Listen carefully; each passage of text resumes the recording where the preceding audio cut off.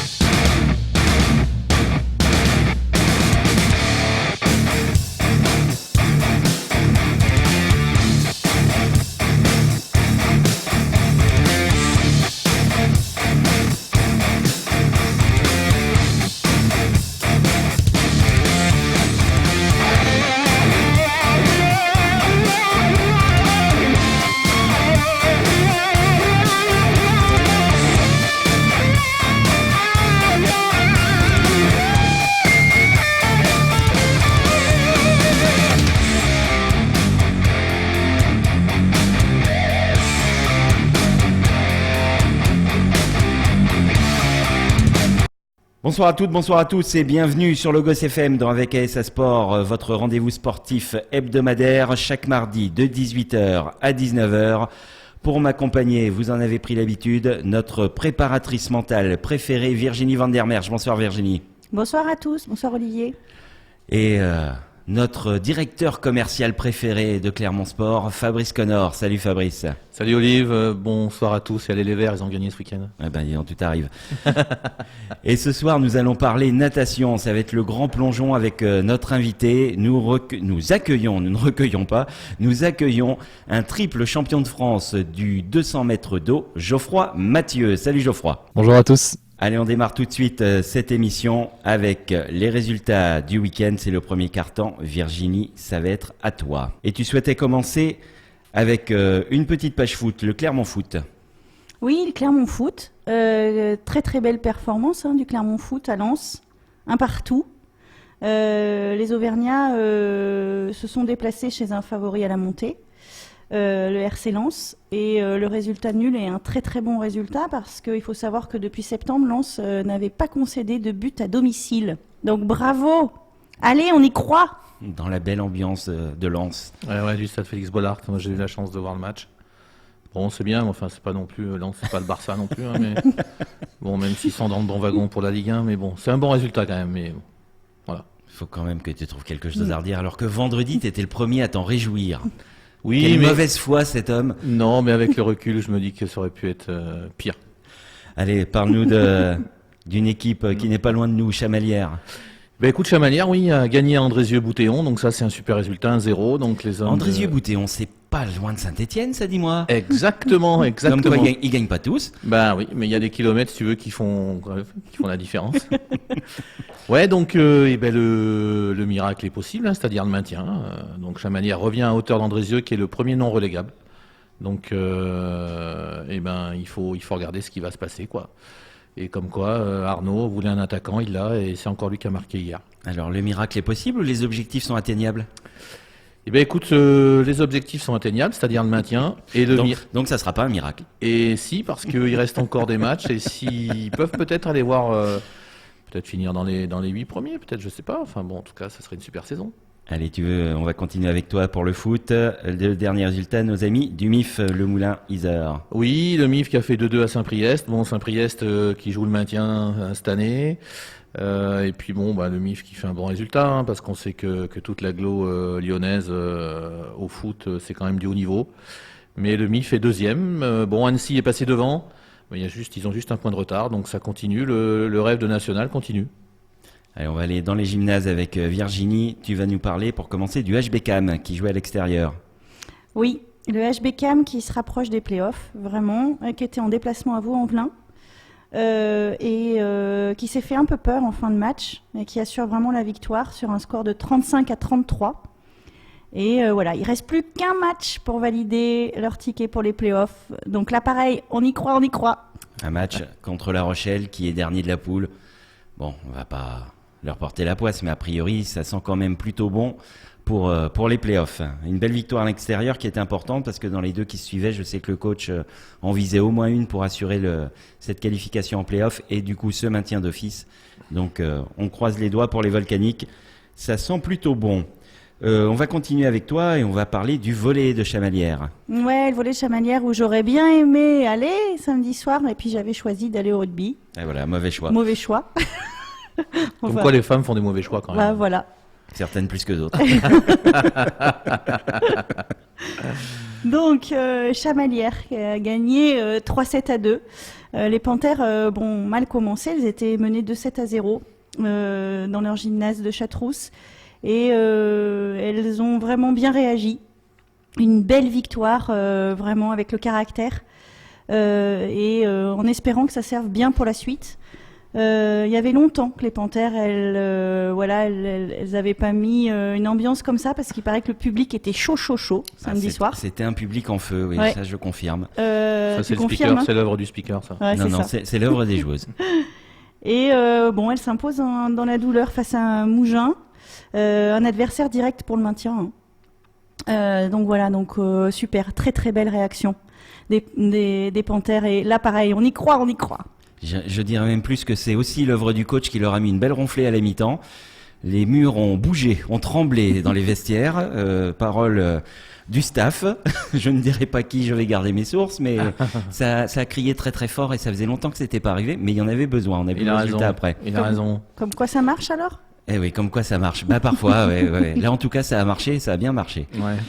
Je voulais aussi saluer et remercier, on avait pas un invité, mais le préparateur physique de Mougins, qui n'est autre que Marc Raquil, le champion du monde du 4x400, 400 mètres, oui. Voilà, 400 mètres, du Ouais. 4x400 mètres, je vais y arriver, Ouais. en 2003 à Paris, avec entre autres Leslie Jones, Stéphane Diagana, et qui maintenant s'est reconverti en préparateur physique. C'est le préparateur physique de Mougins.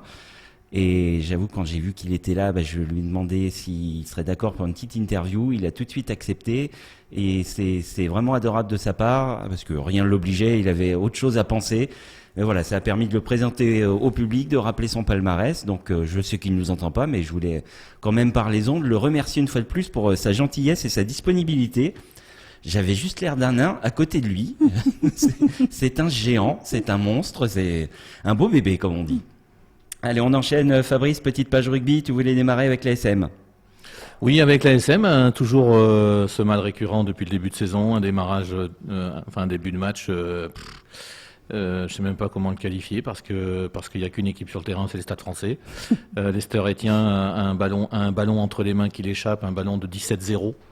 Voilà, donc tant mieux pour la SM. Et puis après la SM s'est nourrie des fautes parisiennes en deuxième mi-temps, c'est pour ça qu'ils ont gagné le match. Mais franchement, il va falloir démarrer autrement contre le Racing, par exemple, en quart de finale de Coupe d'Europe, parce que là, la note, elle sera, à mon avis, plus salée. Oui, ça sera pas la même. Non. Allez, je vais te laisser la parole. Le RC Vichy. Le RC Vichy a gagné ce week-end et surtout le RC Vichy est à la 3e place du classement. Donc c'est un club, qui cette année tourne comme l'an dernier. C'est une valeur sûre du rugby français en Fédéral 2 en tout cas. Donc félicitations à eux et vraiment ils sont réguliers sur les saisons qui s'écoulent. Donc bravo à eux. Il faut que ça continue comme ça et ils sont vraiment en route aussi pour les phases finales. Bon, avant de conclure cette page de résultats, je voulais quand même souligner que ça faisait plusieurs semaines qu'on annonçait beaucoup de victoires.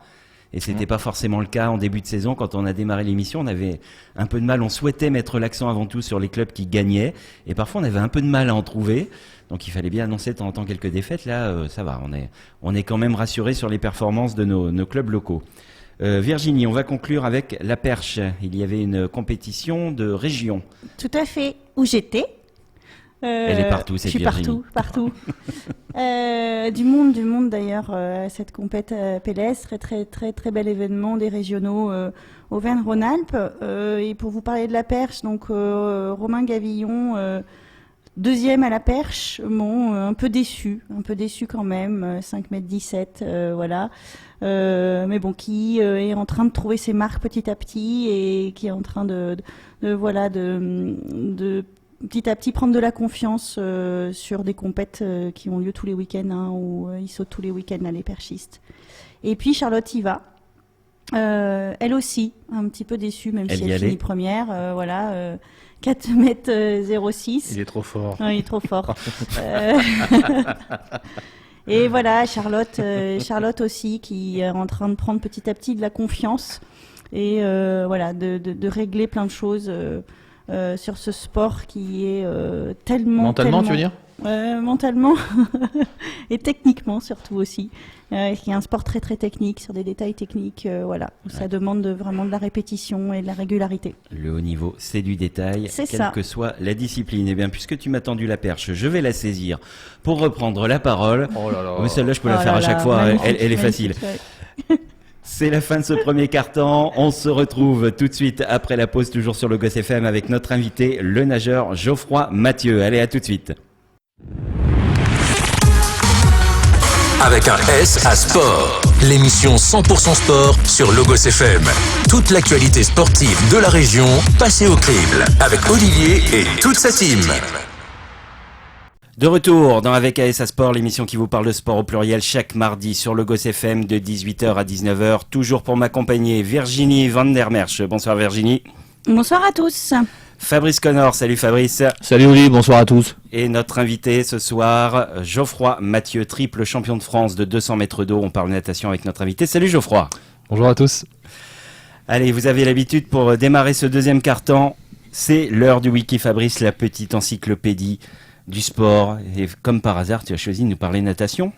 Eh ben oui, comme Geoffroy est là, à tout seigneur, tout honneur, comme on dit. Donc, mais c'est vrai que la natation française a le vent en poupe, enfin a eu le vent en poupe. Je sais pas maintenant si c'est toujours d'actualité, mais en tout cas, c'est vrai que en France, on a eu de très très grands nageurs. Mais je voudrais démarrer par les nageurs d'exception, qui ne sont pas français, mais Mark Spitz par exemple aux Jeux Olympiques en 72 à Munich a marqué toute une génération.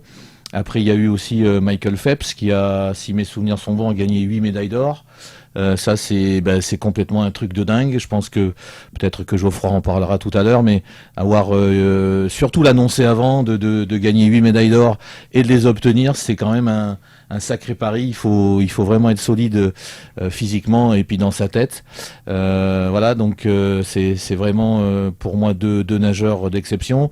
Je vais pas parler de Johnny Westmuller parce que je serais obligé de faire le cri de Tarzan, mais c'est vrai que c'est quelqu'un qui allait très très Tant vite que tu aussi. t'habilles pas comme lui, moi ça me va. Hein.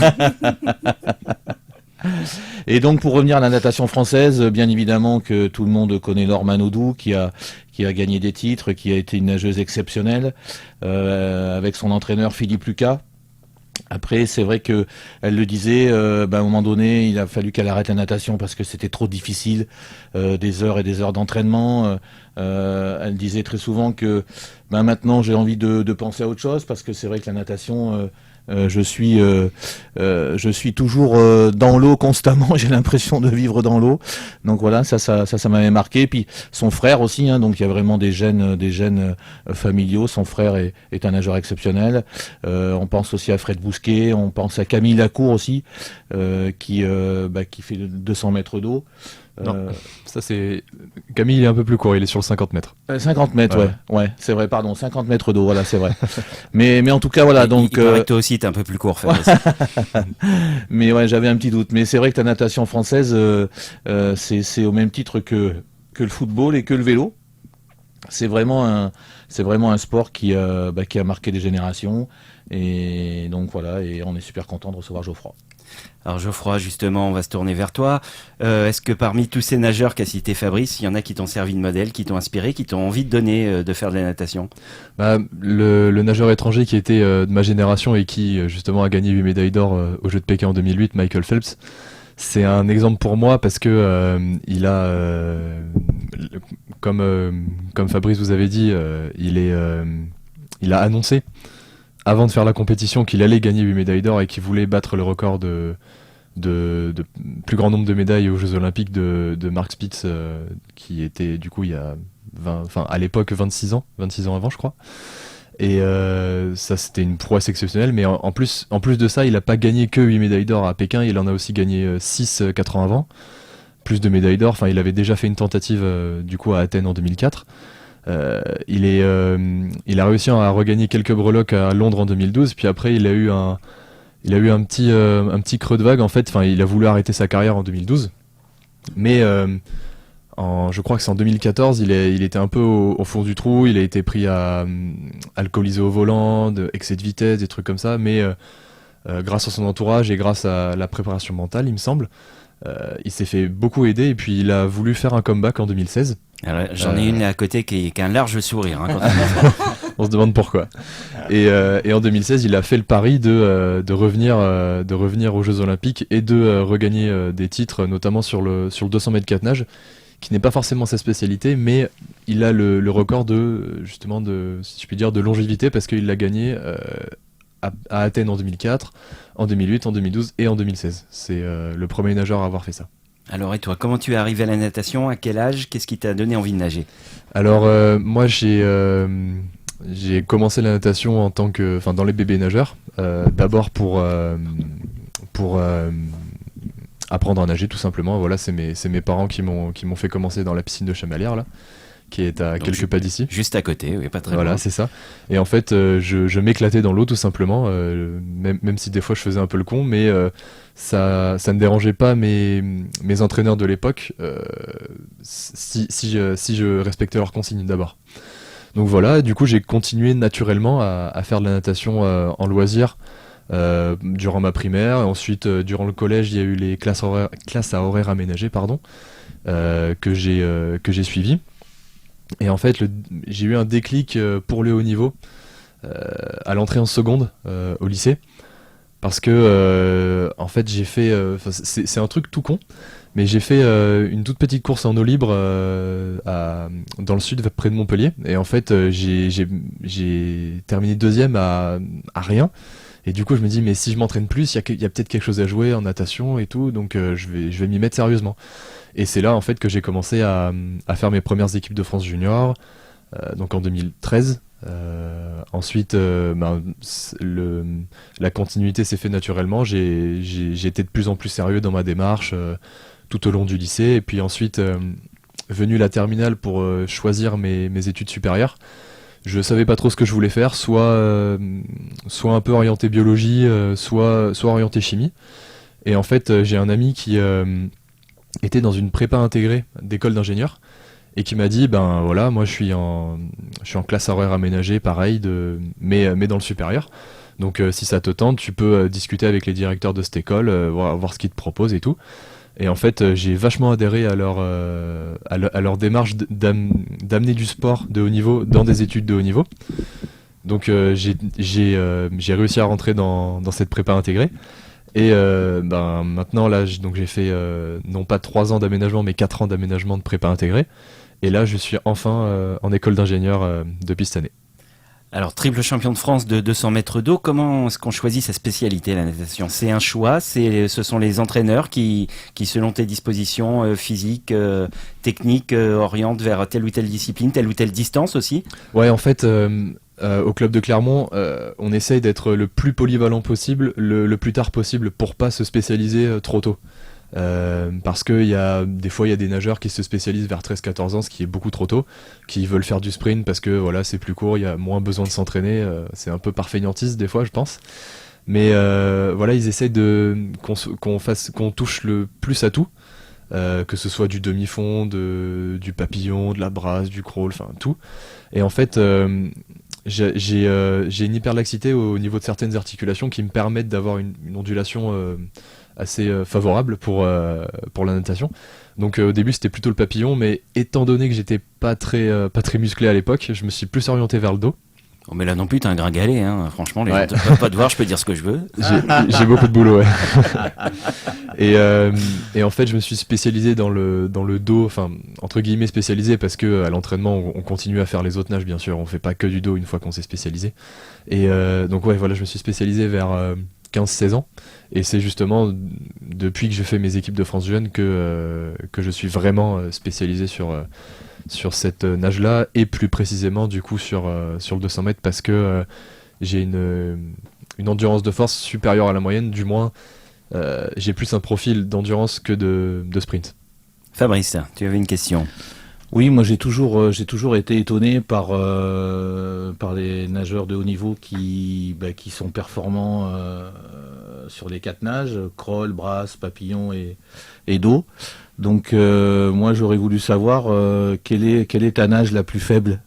Ah, c'est la brasse. Le ciseau de brasse, pour moi, il est fatal. Et c'est aussi que mon défaut dans cette nage, c'est que je n'arrive pas à tenir mon corps à la surface de l'eau, en fait. Il faut beaucoup de gainage pour ça. D'accord. Et c'est un peu normal que ce soit ma contre-spé parce que je la travaille très peu à l'entraînement. C'est de la spécialité pour nous, ça, Fabrice. Il faut Ouais. du gainage. On a trouvé notre On sport. va nager la brasse. Ouais, c'est ça. Donc la brasse, c'est vraiment le point faible. Et puis des fois, je m'amuse à faire en compétition des 200 mètres ou des 400 mètres 4 nages. Et en fait, en natation, dans les épreuves de 4 nages, c'est papillon, dos, brasse et crawl, l'ordre. Et donc le parcours pape-dos se passe très bien. Mais après, quand vient la brasse, on a très mal. Et en natation, c'est ce qu'on appelle le coup de bambou. C'est-à-dire qu'on est dans une bonne allure. Enfin, on va au-delà un peu de ses capacités.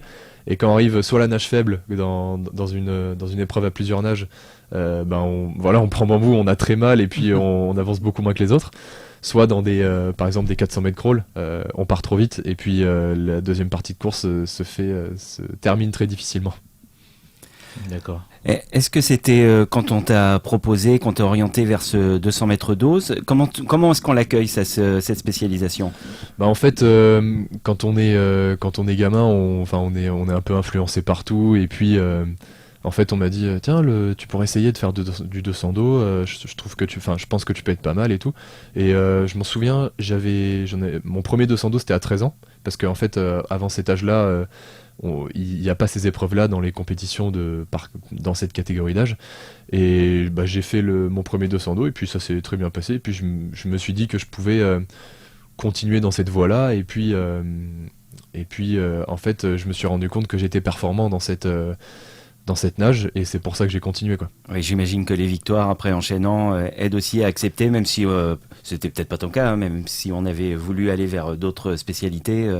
Quand les titres s'accumulent, c'est quand même beaucoup plus simple. C'est que, ouais, en fait, je voyais que j'étais performant dans cette distance, sur cette distance-là, donc pourquoi changer, en fait. Mais j'aime aussi beaucoup faire du 200 mètres crawl. J'aime bien cette nage et puis je suis assez performant là-dedans, mais pas autant que le dos, évidemment, parce que je le travaille moins.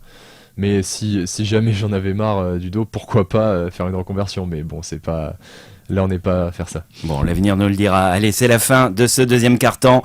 On se retrouve tout de suite après la pause. Vous êtes toujours dans Avec ASA Sport sur le Logos FM. À tout de suite. Avec un S à sport. L'émission 100% sport sur Logos FM. Toute l'actualité sportive de la région passée au crible. Avec Olivier et toute sa team. De retour pour la troisième partie d'Avec ASA Sport, toujours sur Logos FM chaque mardi, 18h, 19h, vous en avez pris l'habitude. Et toujours pour m'accompagner, Virginie Van der Merch. Bonsoir Virginie. Coucou à tous. Fabrice Connor, bonsoir Fabrice. Salut Olive, bonjour à tous. Et notre invité ce soir, le triple champion de France de 200 mètres d'eau en natation, Geoffroy Mathieu. Salut Geoffroy. Bonjour à tous. Alors tu nous as parlé tout à l'heure dans la première partie avec toi de ton parcours, comment tu es arrivé à être triple champion de France de 200 mètres d'eau. Maintenant, on va se tourner un petit peu vers l'avenir et on va parler Tokyo 2020. C'est l'avenir proche. Alors, Tokyo, qu'est-ce qu'il en est pour toi? C'est fait, c'est pas fait, on en est où? Alors, je suis pas encore qualifié aux Jeux Olympiques. Les critères de qualification, je vais en parler tout de suite. En natation, c'est un petit peu compliqué à expliquer. Alors déjà, tout se joue au championnat de France, qui du coup cette année se déroule en avril, mi-avril du 14 au 19. Et en fait, dans une compétition, dans des championnats de France en natation, le matin, il y a les séries. Donc tous les engagés vont nager la course, que ce soit du 200 dos, du 100 mètres crawl, du 50 brasses, etc. Et l'après-midi, les 8 premiers sont qualifiés en finale A, ensuite les 8 suivants en finale B, etc. Et en fait, la fédération de natation a sorti les critères suivants, c'est de réaliser un temps le matin en série. Donc pour le 200 mètres d'eau, c'est 1,57,50. Et donc là, X nageurs peuvent le faire, mais en général, des temps de qualif olympique, il y en a 1 à 2 qui le font. Voilà. Et en fait, sur la base de ces 2 nageurs qui l'ont fait, L'après-midi, ils doivent terminer dans les 3 premiers. Donc par exemple, les deux qualifiés peuvent terminer 1 et 2, là c'est bon, ils sont qualifiés. Ils peuvent aussi terminer 2 et 3, ou 1 et 3, etc. Mais par contre, si ils font les temps le matin, mais qu'ils arrivent par exemple 4e et 6e l'après-midi, bah c'est mort. On peut plus, pas de machine arrière, on peut pas. Il n'y a pas de qualif, quoi, tout simplement. Est-ce que ces championnats de France 2020 sont aussi relevés que les précédents? Parce qu'il y a quelques années, c'était quasiment l'équivalent d'un championnat du monde, le championnat de France. Il y avait tous les meilleurs mondiaux. Est-ce que c'est toujours le cas à l'heure actuelle? Alors sur certaines courses, oui, il y avait les meilleurs mondiaux. Par exemple, sur les relais, sur le 4x100 mètres crawl, parce que à l'époque, en 2016, on était invaincu depuis 2012. Donc là, oui, sur le 100 mètres crawl, là, tout le monde voulait se battre pour avoir une place dans le relais, c'est évident. Après, sur d'autres nages qui sont plus faibles, comme les épreuves de brasse, sur le 200 mètres brasse, je pense notamment, le 200 mètres papillon, on creuse un peu en ce moment. Pareil pour les dames, sur le 200 brasse aussi, les épreuves de 4 nages, etc. C'est des courses un peu plus faibles, mais qui sont d'un niveau très correct d'un point de vue mondial pour des championnats de France. Virginie, tu avais une question. Alors moi j'ai une question depuis tout à l'heure où je me dis qu'une fois j'ai dû essayer de nager sur le dos. Et la question que je me pose c'est... Comment on ne boit pas la tasse? Non, même pas ça. Le regard il change complètement parce qu'il est en l'air. Ouais. Et est-ce que ça demande pas à un moment donné d'être vraiment encore plus dans le lâcher prise parce que tu vois pas devant? En fait c'est ma grande question. En fait, oui, on voit le plafond, mais heureusement, il y a des drapeaux aux 5 mètres, donc on a le repère que les drapeaux sont aux 5 mètres pour pas se prendre le mur en pleine tête, donc c'est grâce à ça qu'on... Ah, c'est ça. Ouais, voilà, Ouais. Et puis en fait, à l'habitude, à force de C'est faire... ça qui nous manque à nous. Voilà. À force de faire du dos à l'entraînement et tout, on s'habitue à avoir le plafond, il n'y a pas de... entre guillemets de soucis de changement de point de vue. Il y a peut-être aussi une question de rythme et de nombre de mouvements, non? Sur un bassin de 25 mètres ou de 50 mètres, tu fais toujours à peu près le même nombre de mouvements, j'imagine? Vous voulez dire sur un 50 mètres en bassin de 25 ou en bassin de 50? Non, je sais pas. Par exemple, sur un bassin de 50 mètres, pour faire une longueur, je sais pas, il y a 50 battements, je dis un chiffre au hasard, Ouais. je me rends pas du tout. Alors en fait, moi avec mon entraîneur, on travaille beaucoup sur les coups de bras, sur l'efficacité de la poussée en fait sur chaque mouvement, parce que c'est ça qui me permet moi de nager vite. Et donc, pour vous donner un ordre d'idée, moi je suis sur des travails spécifiques à haute intensité. Je suis environ à 26-27 coups de bras par longueur. Et après en compétition, ce nombre change évidemment parce que il y a la longueur de la coulée.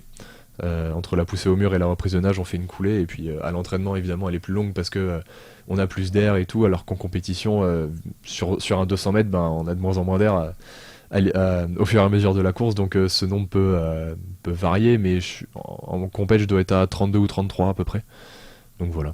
Pour rebondir sur la question de Virginie, est-ce que quand tu es comme ça fixé ses yeux au plafond, tu arrives à savoir ce qui se passe autour? Comment ça se passe pendant une course? Est-ce qu'on sait si on est premier, deuxième, troisième, s'il faut accélérer, ralentir? Comment ça se gère une course? Alors on essaie de se focaliser le plus sur soi-même, évidemment de se focaliser sur les détails techniques qui peuvent nous faire ou pas gagner une course. Après des fois oui, quand les courses sont serrées ou que sur un 200 mètres qui est aussi serré, on peut voir sur la vision périphérique les bras des autres, mais c'est assez comment dire,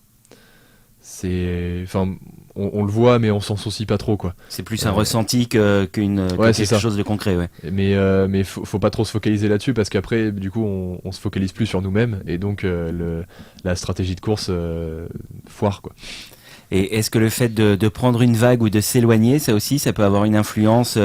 On entend ça parfois dans les commentaires. À prendre la vague en dos, c'est très compliqué Oui, parce que ça veut dire qu'il faut se mettre à côté de la ligne de celui à qui on prend la vague. Et donc c'est un peu compliqué, mais ça se fait plus en crawl ça. Parce qu'en crawl, la vague est un peu plus creusée. Et puis, vu qu'on respire d'un côté ou de l'autre, si on choisit de respirer sur le côté le côté du nageur à qui on prend la vague, voilà. C'est un peu plus facile, quoi. Parce que en dos, moi, ça m'arrive aussi quand je nage en extérieur. J'ai beaucoup de mal à me repérer dans la ligne, et donc je me prends la ligne en fait sur l'épaule. Donc si je me concentre à prendre la vague de l'autre, ça va être compliqué. Alors on va se projeter un petit peu plus loin dans l'avenir. Après Tokyo, c'est Paris. Ouais. J'imagine que là aussi c'est un objectif. Ouais, c'est ça. En fait, ça, je pense que j'y ai pas encore réfléchi. Honnêtement, j'ai pas du tout réfléchi. Là, son temps. Ouais. Là pour le coup, je suis extrêmement concentré sur la dernière ligne droite en fait, parce que là, il reste 3-4 mois avant les qualifs olympiques. Donc là, c'est vraiment c'est le dernier moment où on peut travailler. On peut travailler cette course et puis s'améliorer. Donc là, voilà, j'ai pas vraiment pensé à l'avenir, si ce n'est que je sais que l'an prochain, ça va être un peu plus compliqué de nager à haut niveau parce que donc je suis en école d'ingénieur, une école d'ingénieur super d'un point de vue sportif, d'un point de vue des cours aussi, parce que voilà, il y a un corps enseignant qui est excellent. Mais d'un point de vue sportif, en fait, ils m'aident vachement. L'école, c'est Sigma Clermont. C'est une école d'ingénieur pour être ingénieur chimiste, voilà. Et en fait, cette année, je fais un tiers des cours, un tiers du volume horaire de toute l'année. Ce qui fait que je fais la première année en 2 ans. Et l'an prochain, du coup, je vais faire les 2 autres tiers. Donc, je vais avoir beaucoup plus de cours. Et même moi, j'ai envie de me focaliser un peu sur les études et au moins de valider la première année d'ingénieur. Et oui, parce qu'on rappelle que tous les sportifs que nous avons à notre micro ne sont pas professionnels et ont beaucoup de mal à gagner leur vie avec leur sport, même si c'est beaucoup plus dur que d'autres que l'on ne citera pas. Justement, tes horaires d'entraînement, c'est quoi ? Alors, avant de parler horaire, on va parler nombre. Je m'entraîne 6 à 9 fois par semaine, une fois par soir, voilà, de 16h30 à 18h30. C'est pas beaucoup, je trouve. Ah non, je pourrais faire mieux. Présente, bien sûr. Non, mais c'est vrai qu'à Clermont, en fait, on a, entre guillemets, par rapport aux autres sportifs de haut niveau ou aux autres sportifs de mon niveau, je m'entraîne peu finalement, parce que les cours, et puis les autres nageurs sont dans des structures, qui sont très bien aménagées. Par exemple, je pense à l'INSEP notamment, qui c'est le centre national français, et eux ils s'entraînent 10 fois, quoi. Mais pour revenir à Clermont, donc je m'entraîne 6 à 9 fois, une fois par soir, et j'ai 3 créneaux le matin, donc le mardi, le jeudi et le vendredi, de 1h30. Et donc en moyenne, moi, avec mon emploi du temps, je peux m'entraîner 8 fois. D'accord. Voilà. Et en volume horaire, ça fait une 20aine d'heures. Parfait. Merci beaucoup, Geoffroy. On te souhaite le meilleur pour Tokyo. On souhaite te voir à la télé pendant l'été. Ouais. On espère que tes vacances seront studieuses. Enfin, ça ne sera pas des vacances pour le coup. Je vais me tourner maintenant vers Virginie pour conclure cette 3e partie avec le traditionnel coup de cœur, coup de gueule. Tu nous as choisi un coup de cœur. Un coup de cœur. Allez, vas-y, on t'écoute. Le coup de cœur que j'ai choisi, c'est Arnaud Vargas. Qui pour moi est vraiment l'exemple d'une renaissance par le sport. Et ça, c'est toujours intéressant aussi qu'on puisse en parler, qu'on mette en avant ces sportifs. Arnaud, c'est un accro du sport. C'est vraiment quelque chose le sport a fait partie de lui depuis tout petit, c'est ce qu'il raconte. Et il a été amputé des jambes en 2015 suite à un grave accident de voiture, où dans l'accident de voiture d'ailleurs, il a perdu un de ses copains. Et la force incroyable qu'il a eue après, c'est de vraiment prendre tout ça comme une vraie opportunité à vivre quand même tous les instants avec énormément de plaisir, et notamment au rugby fauteuil. Donc il est là sur l'équipe de Narbonne, mais surtout en fait sa grosse ambition c'est d'être à la Coupe du Monde 2021 en Angleterre. Ça c'est vraiment le gros objectif d'Arnaud. Et Arnaud, alors c'est un peu d'ailleurs comme Geoffroy, c'est qu'en fait il s'entraîne de dingue. Il fait 28 à 32 heures de sport par semaine, notamment aussi en aviron. Et parce qu'il muscle énormément le haut, il a besoin de ça pour le rugby. Et ce qu'il dit et ce qui m'a vraiment plu, et c'est mon gros coup de cœur, c'est qu'il dit qu'il joue tout le temps avec le cœur et que c'est ça qui l'amène à vraiment être dans la perf. Et ça, c'est la vraie beauté du sport, toutes ces reconstructions après des accidents de vie, des maladies parfois, de tous ces sportifs qui ont trouvé une autre raison de vivre autrement grâce au sport. Et c'est toute la beauté du sport en dehors de toutes les compétitions, des choses comme ça. Merci d'avoir souligné ce que fait Arnaud. Merci beaucoup. Geoffroy, merci encore une fois, merci pour tout. Merci pour l'invitation. Et puis bonne chance pour la suite, on croise les doigts, on te suivra de très très près. Merci que beaucoup. ce soit sur Logos FM, dans nos émissions télé ou dans le journal Clermont Sport évidemment, qui ne manquera pas de faire des articles au moins au mois d'avril pour la qualif. Bien sûr, mais Geoffroy, on le connaît bien déjà et puis on lui souhaite que le meilleur. On lui souhaite que le meilleur. Et j'écoute déjà la Marseillaise qui retentit. Eh ben, on espère qu'elle va retentir beaucoup de fois. Allez, c'est la fin de cette troisième partie. On se retrouve tout de suite après la pause, toujours sur Logos FM. À tout de suite. Avec un S à sport. L'émission 100% sport sur Logos FM. Toute l'actualité sportive de la région passée au crible. Avec Olivier et toute sa team. Bonsoir à toutes, bonsoir à tous. Bon retour dans Avec ASA Sport, l'émission qui vous parle de sport au pluriel, toujours sur Logos FM. Chaque mardi de 18h à 19h, c'est le 4e et dernier quart-temps de notre émission. Toujours pour m'accompagner, Virginie Van der Merch, Fabrice Connor, et puis nous avons laissé repartir notre invité Geoffroy Mathieu. Pour être totalement honnête avec vous, nous avions enregistré cette séquence avec notre nageur il y a quelques jours pour tenir compte de ses disponibilités. Donc on s'est adapté à son emploi du temps qui est plus que surchargé, mais on tenait absolument à l'avoir, il tenait absolument à être parmi nous. Donc on le remercie encore et on va terminer cette émission tous les trois avec notre rubrique coaching mental. Virginie, tu vas nous expliquer ce soir pourquoi et comment améliorer nos points forts. Oui, tout à fait. J'avais envie de parler de ce sujet-là parce que c'est souvent que je repère, quand je peux guider des sportifs, que c'est souvent difficile pour eux d'aller sur leurs points forts et de maintenir ça surtout en compétition. Moi je l'explique de différentes façons. Déjà, je pense qu'en France, on est quand même souvent beaucoup plus focus sur les points faibles que sur les points forts. Dans le cadre sportif comme ailleurs d'ailleurs. Surtout ailleurs. Surtout ailleurs. On en a des exemples depuis quelques semaines. C'est ça. Et que pour moi, c'est juste essentiel de comprendre que on peut toujours améliorer ses points forts et de partir de quelque chose qui est déjà quand même souvent pour un sportif dans une zone de confort, dans une zone où il sait faire, dans une zone où c'est acquis. Et en général, ça permet quand même d'ancrer de la confiance. Et que pour moi, on peut aussi s'entraîner sur les points faibles, sauf que ça, c'est important de le faire d'abord à l'entraînement, et que ça fait partie de l'apprentissage, et qu'il n'y a rien à opposer ou segmenter. En fait, très souvent, on va segmenter ou on va opposer les deux. Un sportif de haut niveau, il n'a pas de point faible normalement, parce que sportif de haut niveau, c'est dans l'expression, tu vois. Je vois. Au niveau, il n'y a pas de point faible. À haut niveau. Oui. Si, il y en a, bien sûr qu'il y en a. Et il y a tellement de paramètres que forcément, de toute façon, il y a toujours un point faible. Alors, on parle souvent de 4 paramètres, à la fois la technique, la tactique, le physique et le mental. Les 4 piliers de la performance. Voilà, et dans les 4 piliers de la performance, il y a un point faible normalement, souvent dans chaque pilier d'ailleurs. Très souvent, on peut en repérer un. C'est souvent mental en France, non ? Non, mais très sérieusement, parce qu'on a l'impression, je pense souvent au tennisman, toi c'est ta partie un peu aussi le tennis, mais ouais, mentalement, tu vois, comme cette nuit par exemple, Gaël Monfils a perdu en 3-7 secs contre Dominique Thiem, mais c'est pas un pléonasme ça ? Si. Il est pire que moi. Non mais tu vois, parce que c'était sa bête noire, on sentait déjà que Gaël Monfils, il avait peur de jouer Dominique Thiem. Donc tu vois, c'est là aussi à ce moment-là, peut-être il manque peut-être un préparateur mental ou.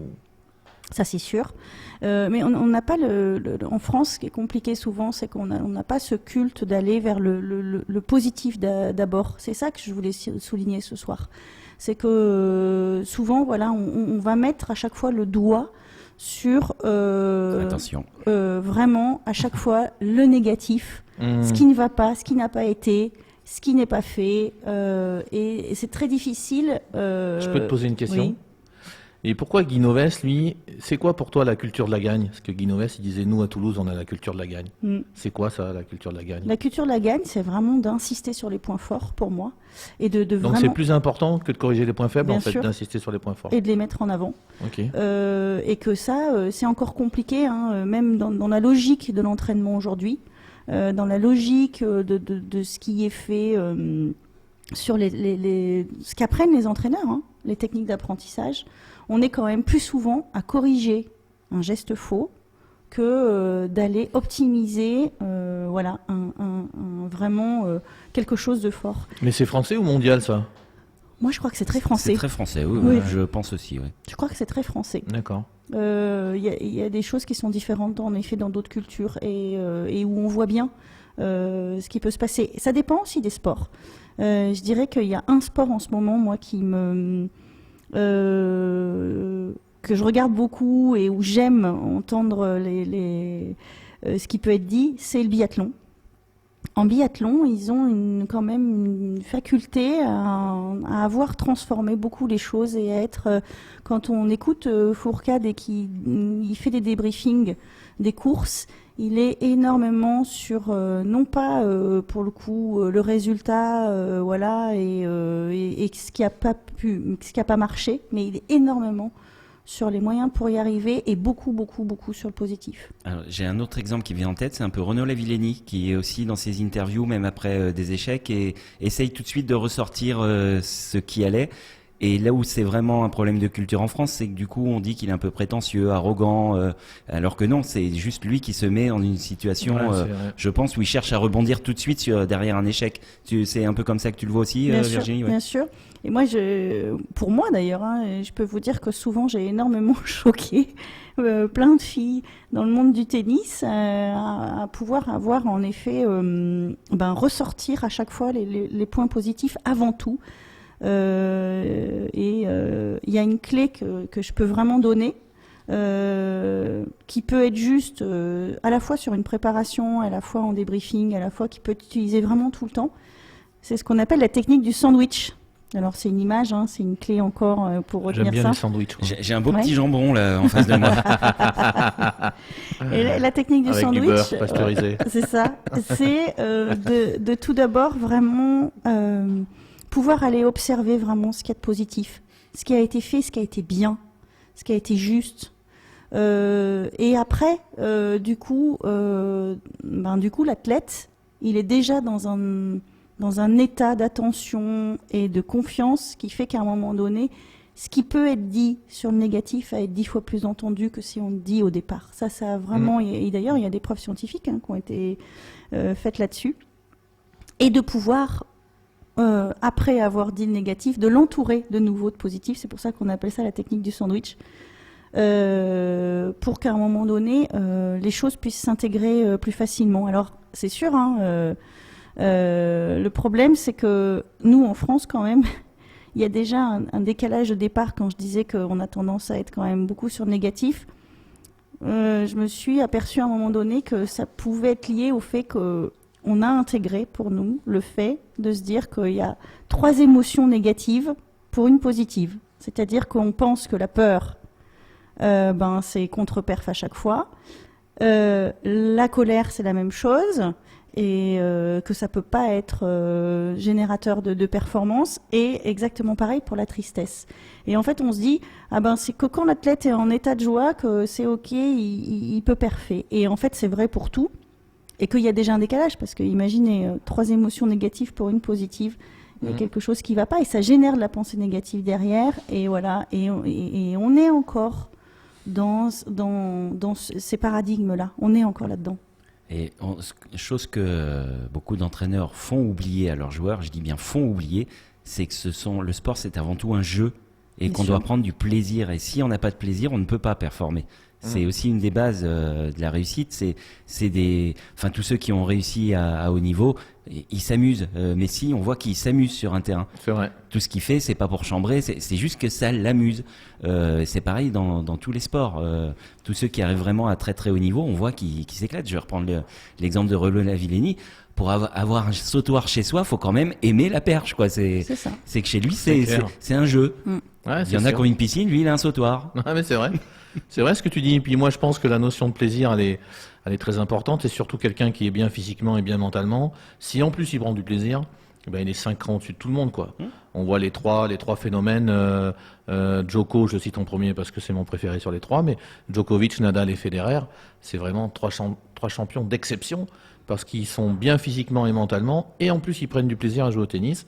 Parce qu'il ne faut pas oublier que Federer a 38 ans. Donc voilà, c'est quand même énorme, quoi. Donc la prise de plaisir, ouais, je pense que c'est énorme. Alors c'est vrai qu'après, dans cette méthode du sandwich, moi je la connaissais sous le terme PNP, positif, négatif, positif.